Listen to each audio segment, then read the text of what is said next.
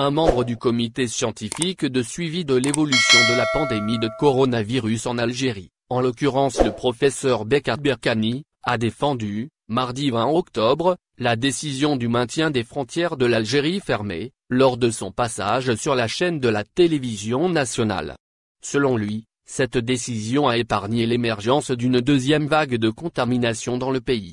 Le président de l'Ordre des médecins et par ailleurs membre du comité scientifique, Mohamed Bekat Berkani, a déclaré que la décision prise par le président de la République, Abdelmadjid Tebboune, concernant le maintien des frontières de l'Algérie fermées avait préservé le pays de l'émergence d'une seconde vague de contamination au coronavirus.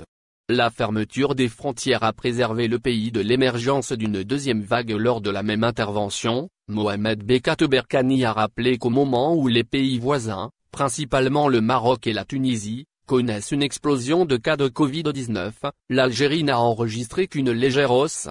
Cet avantage, Mohamed Bekat Berkani l'attribue au maintien de la fermeture des frontières extérieures de l'Algérie.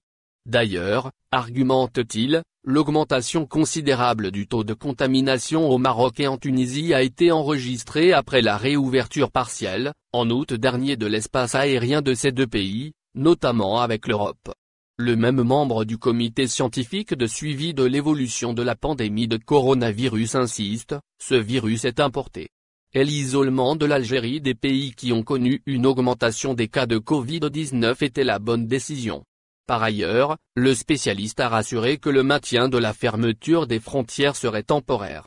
Sur la situation épidémiologique de l'Algérie, le président de l'Ordre des médecins algériens assure qu'elle est relativement stable, malgré la légère augmentation du nombre des cas recensés ces derniers jours.